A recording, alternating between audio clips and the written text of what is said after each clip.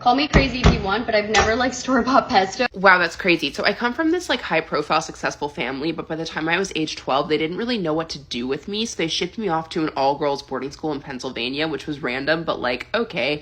I was always getting into trouble there, though. Like, one time I set their tennis courts on fire, and they did nothing about it, but then I went on spring break to Paris with some teachers and some students, and on the flight home, they gave us a couple travel-sized bottles of wine, and I put those in my carry-on, and then when I got back to school, I found out my girlfriend had died.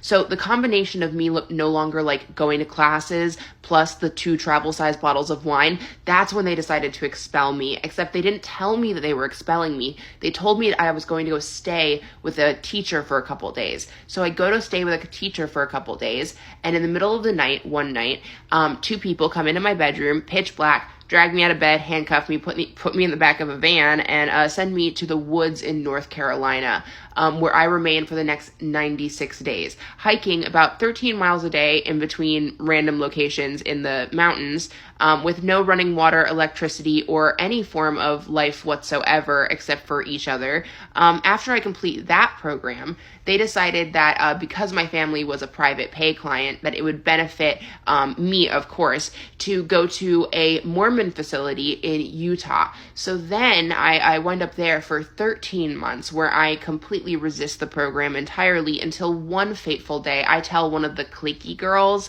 that she can go and S another 40-year-old's D, which was warranted at the time, although in retrospect maybe not very sensitive. But her mother was a little bit of a B, and called the school repeatedly saying that unless they did something about me, they were going to stop donating all the money they were to the school, and they had more money than my family. So they decided to get me kidnapped again. One day, after being rudely interrupted in the middle of art therapy, I walk into the living room of this place in Utah to see 2 random people again. So this time I'm fully aware what's going down, but we still do the whole shindig of, handcuffs, back of the van, and this time to Tennessee, to a level 4 lockdown facility where we have even less privileges, like talking, eye contact, standing of any sort is strictly forbidden.